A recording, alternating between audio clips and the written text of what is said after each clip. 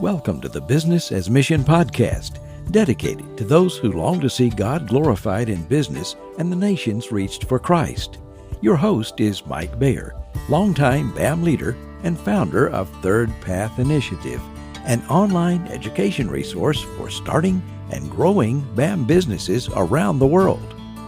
Welcome to another episode of the Business as Mission podcast. This is your host, Mike Bayer, and I am here with Susan Fleming, who was introduced to me by an old friend of mine, not an old person, but an old friend of mine, Tim Wenders.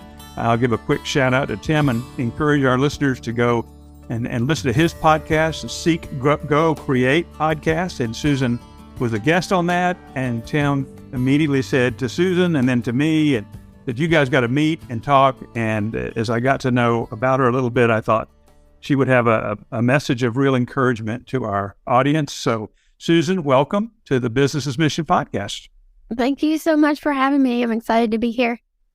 So to the audience, this is not our normal guest in that Susan is not necessarily working overseas. She's not necessarily seeking to open a business in an unreached people group area, but she has a message. She's got a ministry that God has given her that I think will be a great encouragement to many of our listeners who are seeking to walk with Christ in business. Some of you know Bill Job, one of the founding fathers, if you will, of the Business as Mission movement. And he describes BAM as nothing more than walking with Jesus in business. And so as I was talking to Sabrina, who works with Susan, I thought, wow, she gets it. And so, Susan, tell us a little bit of your background. Where are you and what are you doing and how did you get there? Just so our audience gets to know you a little bit. Yeah, so I am near Atlanta, Georgia, USA. And I'm married. I've got 2 teenage boys at home. Y'all pray for me. But no, I'm a licensed therapist, actually, is where I started out. And a few years ago, the Lord redirected me to coaching online. And, I was sitting in my office and just, hour after hour, each person that came in, it was like, I just want to tell them about Jesus. They need Jesus. Like, it was just so obvious to me that therapy was lacking, and it's, I'm not at all knocking it. I think there's a place for it. I think it can be really beneficial, but just sitting in my office day after day doing that, seeing all these people come in and really feeling like I just couldn't help them because of when you're licensed, you're restricted to, you can't really talk about God unless they bring it up first. And so I couldn't deliver the message I felt was in me. And so he redirected me after a few years of being in private practice to move into online coaching. So that was just freedom. Yeah. Just felt like so much freedom because now I'm not restricted by anything. I can talk about whatever I want. So is that a just curiosity? Is that a state issue? Is it a national licensing issue that restricts what you can and cannot talk about? It's really, I don't know that it's restricted to the state of Georgia. I'm not sure about in other states, but I know within Georgia, it's very much you need to be unbiased. You're not giving your opinion. You help them talk things through and get them to their own conclusion. So if they don't bring up something, I can't bring it up. Interesting. Yeah. In my own history, I was a pastor for 15 years. And I remember thinking when my wife and I were pastoring a church out in Texas. And I remember thinking about how little I was seeing lives change. I was seeing people come to Jesus and their lives were changed, but they weren't growing and thriving the way that I really felt like discipleship should be done. So I thought, and I had some friends who were Christian psychologists. I thought, well, I'll give that a shot. I even considered leaving my grad program and going to get a PhD in that. And so I thought, well, I'll try this out. And I let the word get out in our little town that I was available for counseling. I didn't call it therapy. And it took 2 meetings with one person to show me this is not what God is calling me. I wanted to take her by the collar and say, why won't you change? You didn't do what we talked about last week. And I realized that's a gift I don't have. So I'm glad you have it. And I'm curious, but I'm thrilled about, seeing you move into the coaching space, because that seems to be such a vibrant area in general, but specifically in the world of business. So what are you doing as a coach now, and how are people using your services? Right. Yeah, it's very different. And it's interesting where, I guess I should say, how the Lord has positioned me in business, because I'm not like any other business coach that I know. I don't teach, I'm not teaching like practical business strategy. My official title is business alignment therapist. And so getting them in alignment with what is God's design for you and your business, and how do those line up, and what does that look like? And it really is about just showing people this is how you can work from God's rest. And it's about that intimacy with Him, walking with Him. And yes, we get strategy along the way, but for me, the message is seeking Him first. It's got to be about Him first. Let me ask you to unpack that a little bit more. Because I'm listening to first of all, I love the title, Business Alignment Therapist. And I know people get a little unnerved with a therapist, but the concept of aligning your career, your business, your job, your day-to-day with what God is doing.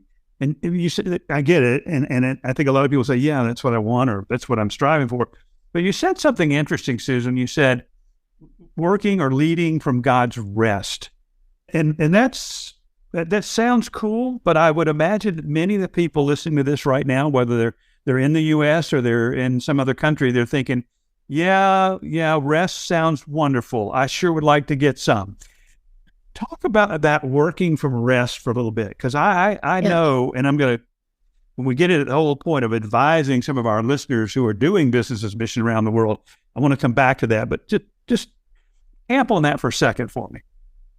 Yeah, because so many people that I work with, and myself included, come to that place of burning out, right? And so being able to, when you're working from rest, you don't have that burnout because you're not in striving.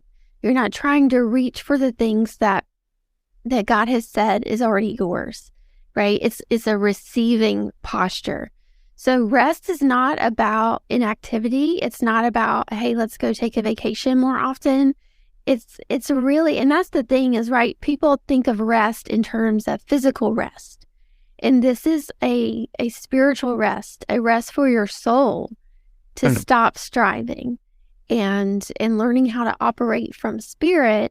So you're using Christ's strength, God's strength, right? As He says, the joy of the Lord is my strength. How do you have joy when you're working 60 hours a week and you're burnt out, right? So it's really teaching them about, again, in that intimacy is where you have rest, because you're surrendering your own outcome and saying, Lord, you've put me here to do this thing.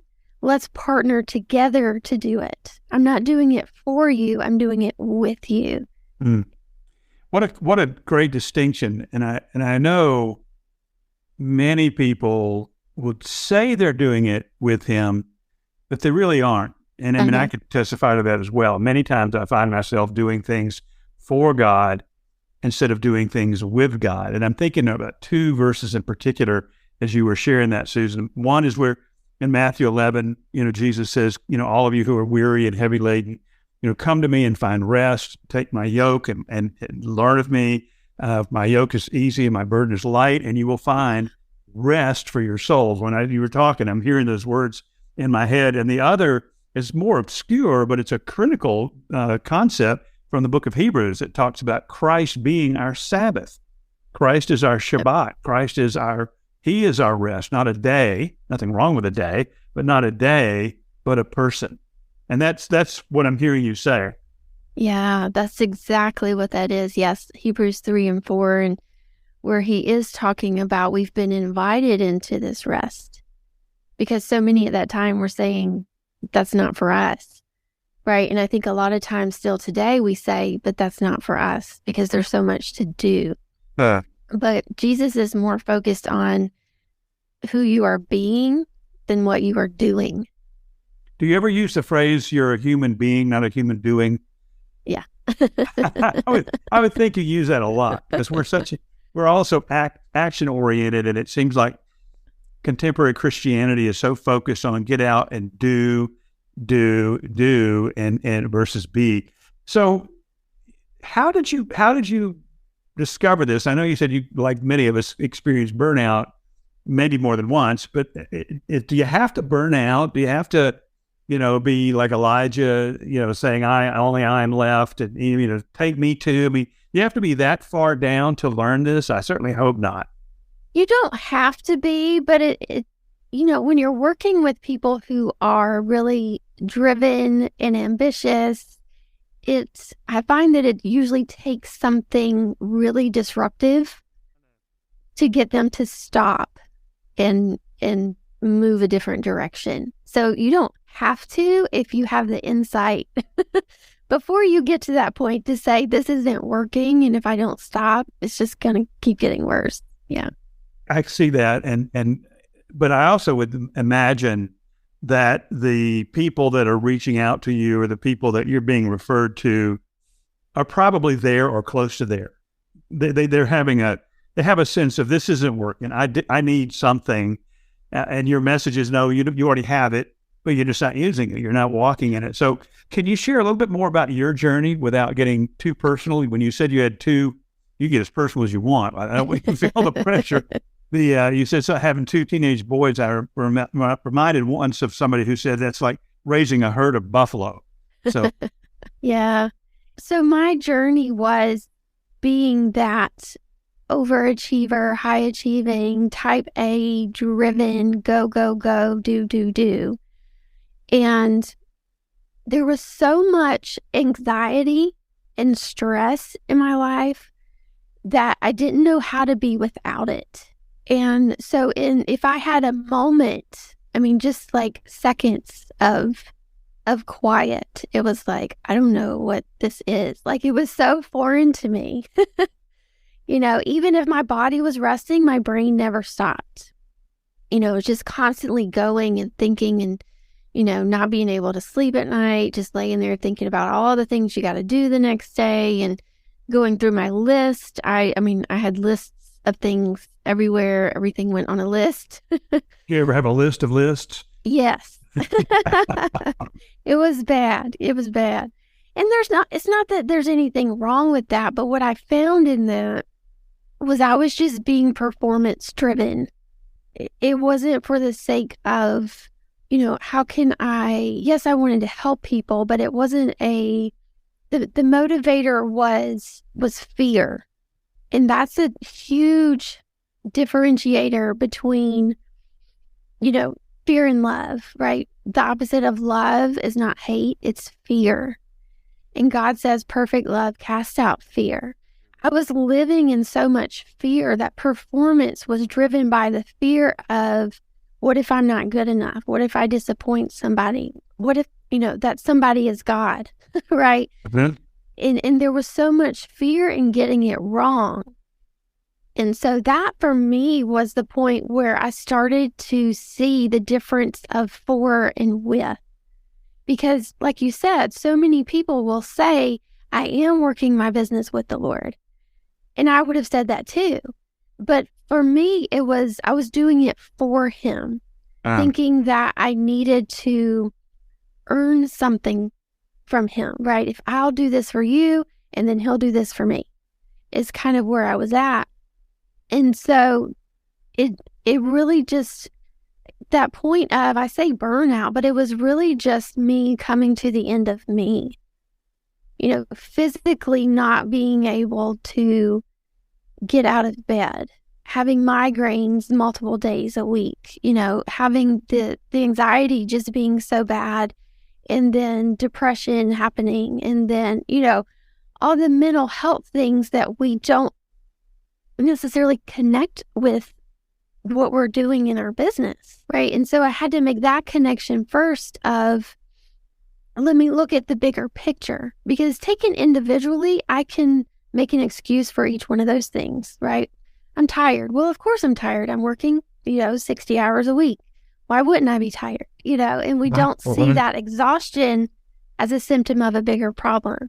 Or I've got a headache, that's a symptom of a bigger problem. I've got digestional issues. That's a symptom of a bigger problem. And so for me, it was putting all those pieces together and seeing the bigger picture and going, okay, this is all directly related to how I'm living my life. And now it's interrupting my business because I can't work, because I can't get out of bed.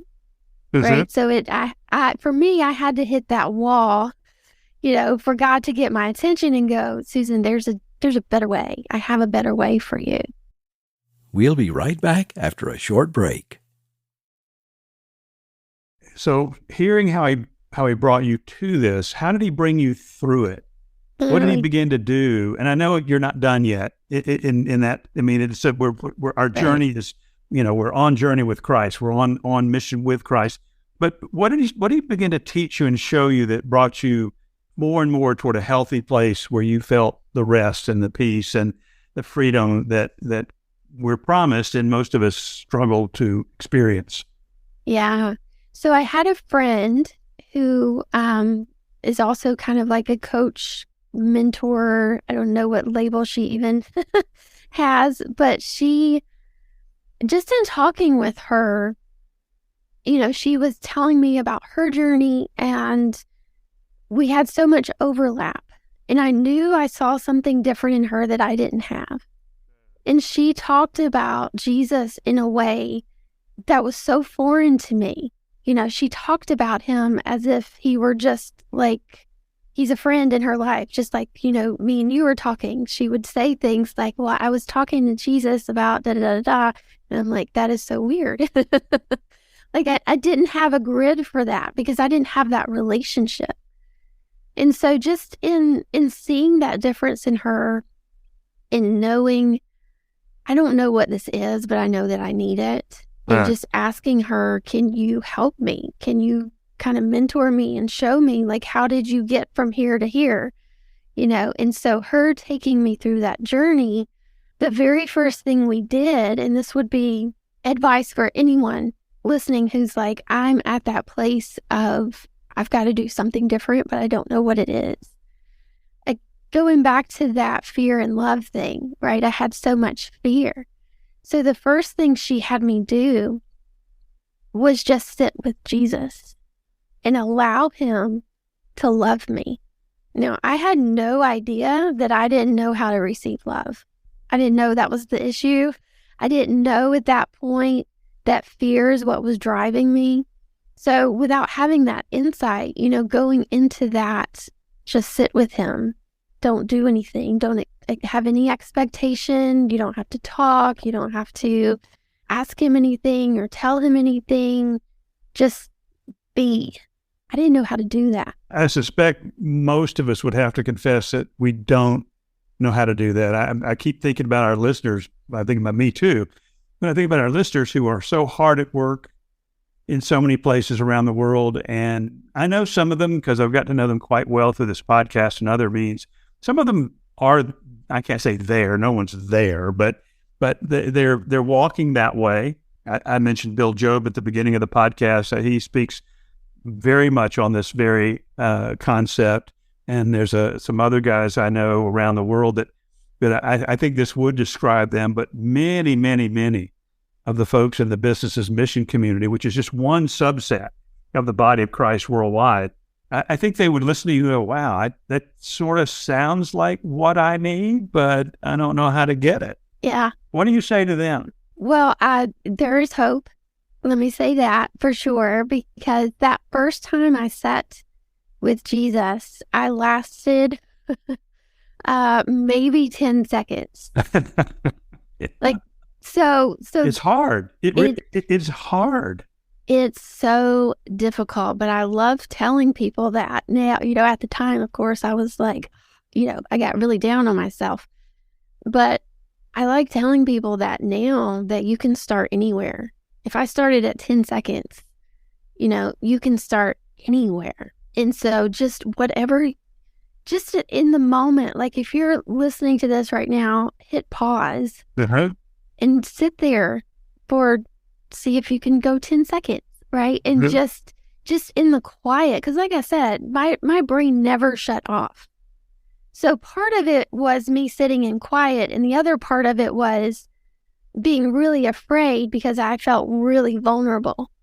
And that's the other part of it that a lot of people don't expect, or I think they don't have the insight of, I'm not sure how to do this relationship with God because I will have to be vulnerable with him. And that's really scary. And what we don't think about, or I didn't think about, was, but he's being vulnerable with me too, right? Just sitting there with him, not having an expectation of how he's going to show up or what he's going to do, but just allowing him to be himself with you, and you are being yourself with him. You know, when think about dating, like, what is that first date like? It was kind of like that, but way more intense. You know, getting to know somebody that you thought you knew, but I had no idea. I had no idea. So yes, you can, start anywhere. That's what I would say, even if it's just a few seconds. Two things I'm already kind of writing down here. One is, when you said there's hope. So if somebody in our audience, and I hope this podcast goes way beyond the business's mission community, because this is a global issue for Christians. We've all seen it everywhere. But one is just believe there's hope. Because discouragement, despair is the opposite of hope. And so there's just knowing that you're not alone. Others have been there. God saw them through. And then the second, I love to start where you are.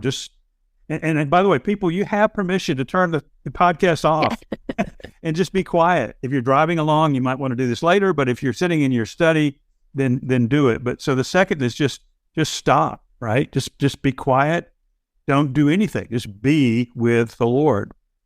And again, I don't want to repeat everything you said, but you're saying such good stuff. Is it okay? But 10 seconds can feel like an eternity if you're not used to being quiet.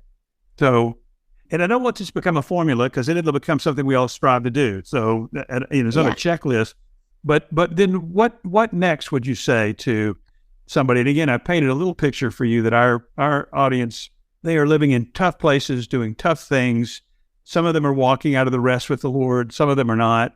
Probably they would tell you truthfully. Some days they are, some days, that's the reality. What else would you say to this group that would encourage them and help them to begin to move to a healthier place? Have people around you who are living a healthy lifestyle. That's been a game changer for me, is having that community of people with the same, not just the same desires, but the same methods, if you will, right? Because it's not a formula.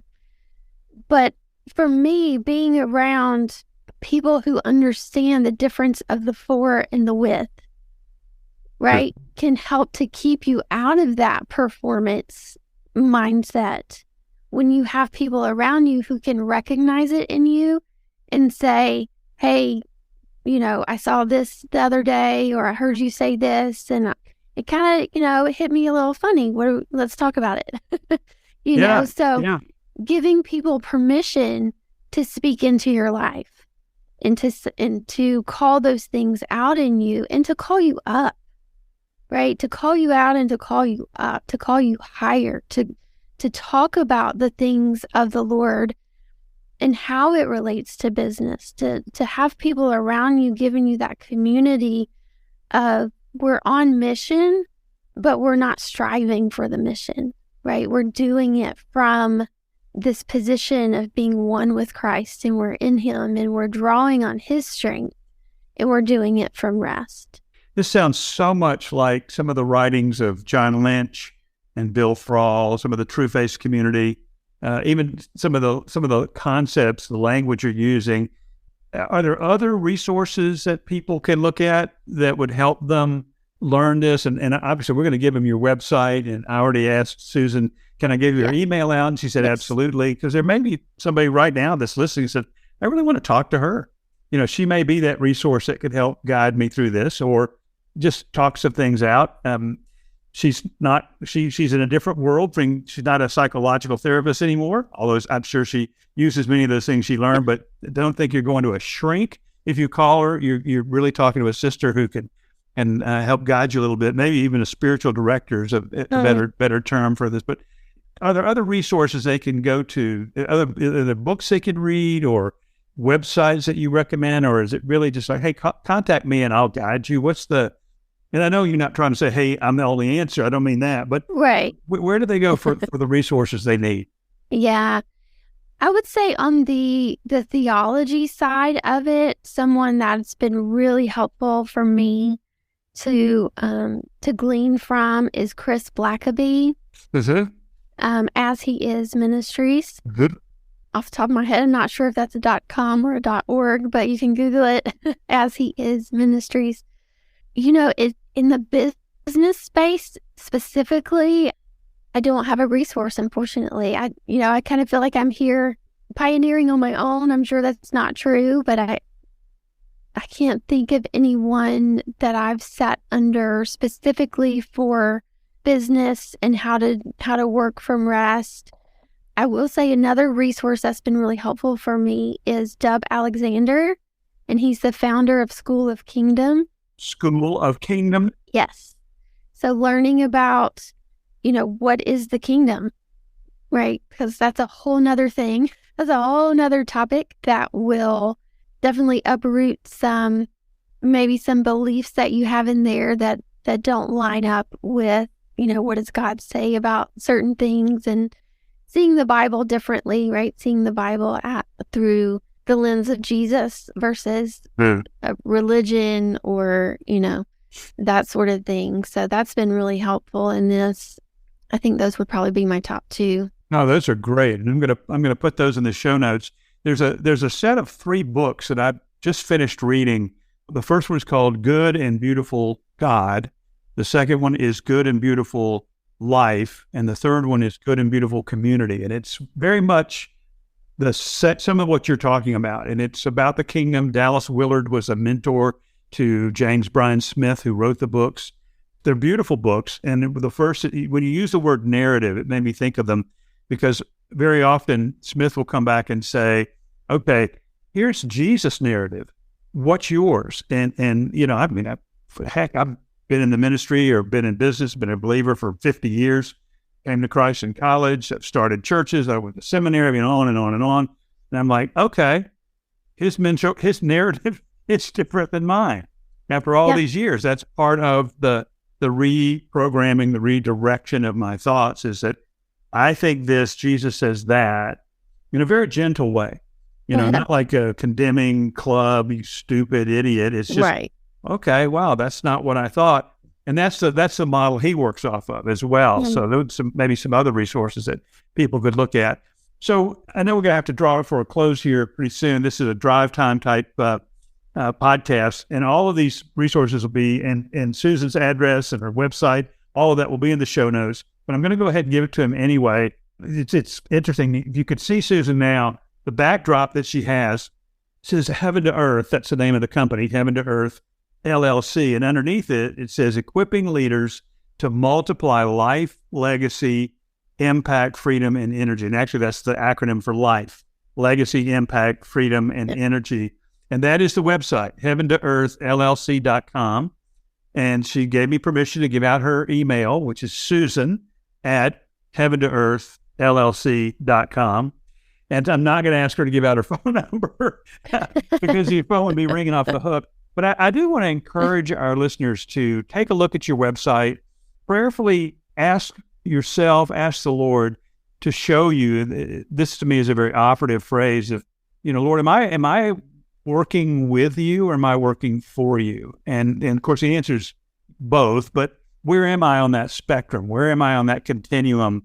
And what would you have me know? Maybe, as you say, starting with, hey, stop. Don't do anything. Just sit and be with Jesus for a little while and then learn to let him love you, which most Christians are really ignorant of, which is tragic. Paul prays that the Ephesian believers would be able to comprehend with all the saints what is the length and height and breadth and depth, and to know by experience the love of Christ, which passes knowledge. I mean, that's really what you're talking about. And I think we all pay kind of lip service to it. Like, yeah, sure, I know Jesus loves me. Like, man. Then ask that question you had to ask. Am I fearful? Am I anxious? What are the synonyms for fear that is the evidence of not knowing love? John says, he that is not perfected in love, that's that's who lives in fear. Yeah. So I'll give you the parting shot, Susan. What would you say in closing and encouragement to the folks listening to this podcast and others I hope that they'll share it with? Yeah, I would say too, just as you were talking, I thought of something else that may be an objection that I want to speak to. Because I know if you had said to me, well, just ask God, am I for or with? Like, what are we doing? I would have said, I don't hear from God. I can't hear him. This was like before I understood anything prophetically. I didn't grow up in a church that talked about that. So again, I had no grid for hearing from the Lord. And for that, I would say, if you feel like you've asked the question and you don't have a response, ask yourself, why do I do what I do? Right? When we know the motive, that will give you so much insight into, is this about fear? Is this about performance? Am I afraid of disappointing people? Am I, people pleasing? Do I want to make everybody happy? Right? Like, why? And go really deep with that, right? I take my clients through 7 layers deep of the why. We get really into, why do I do this? Okay, but then why is that important? Okay, why is that important? Why do I do that? Right? And we keep going deeper and deeper with it. So that would be something else practical that you could do if you've prayed about it and you don't feel like you have an answer. Look at your motives and know that there's no condemnation. There is no, like, if I could just, if there could be one message that everybody could hear with open ears, is that there's no condemnation. He's not judging. He's not, he just wants to love you and have relationship with you. And that, for me, again, like I said, in that 10 seconds, I put so much condemnation on myself because I could only do it for 10 seconds. You mean he's not looking at us with a raised eyebrow? No, not at all. He's not waiting to put the hammer down. He's not going to strike you with lightning. That's so helpful. That's really powerful. And it is what we need to hear every day. I know for me, when I wake in the morning, I'll kind of mentally meditate through a handful of scriptures, and one of them is Romans 8:1. There is therefore now no condemnation for those who are in Christ Jesus. And it's just one of many. And I think, that what you said is got a lot of Christians tied up in knots. So Susan, last thing, I said last thing a minute ago, but I lied. I got to ask you another question. So how do people actually work with you? I know they can contact you through the website, they can email you, but if somebody said, I could spend some time with Susan, how does that work? Just mechanically. I know you're in east of Atlanta, in a town that no one other than me had ever heard of, because my kids live not too far from that. But how do they work with you? Is it online? Is it Zoom? Is it phone? What's the nature of an engagement look like? It's typically online, but I do have some clients that, let's say I'm flexible, right? I will use the medium you're comfortable with. If we're close enough to meet in person, I love meeting in person. For some reason, I seem to have a lot of people overseas come to me, so that doesn't happen. Okay. So typically online or by phone, but, that's something that's flexible for sure. Whatever works. That's fantastic. Well, and that's the beauty of, if anything good has come out of the pandemic, is that we've all learned how to live in this virtual world pretty effectively, I think. Yeah. And God has opened up avenues of ministry and love and service that we never thought would work. So, well, Susan, thank you. Promise us you'll come back and share a little more with us, because I feel like I just had a little appetizer of what the full course is. And so I'd love to have you come back. Any last word for the audience before we sign off? I keep asking you that, and you keep giving your last word, and I ask you again. So give us a last word. Last word. I would just go back to, there is hope and there is no condemnation. Start where you're at, whatever that is. He just wants relationship with you. Beautiful, beautiful. Well, all right, everybody, as you're wrapping this up, don't forget the show notes online where you got this podcast, whether it's Apple, iTunes, Spotify, or wherever. And we want to be in touch with Susan Fleming, Heaven to Earth LLC.com. This is not just a resource, but this is truth. This is grace.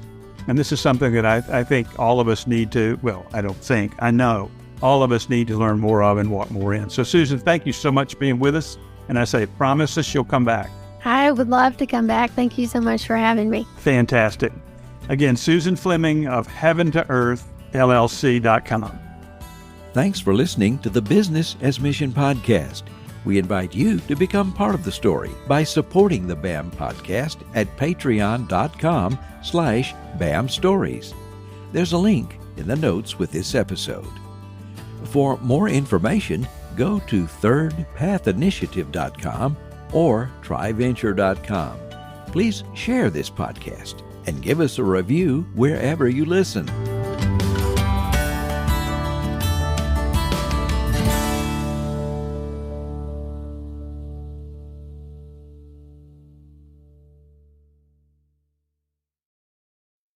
The Business as Mission podcast is in partnership with TryVenture, the BAM Launchpad. TryVenture offers the 3 ingredients every entrepreneur needs to launch and scale a BAM business: courses, coaching, and capital. For more information, visit tryventure.com.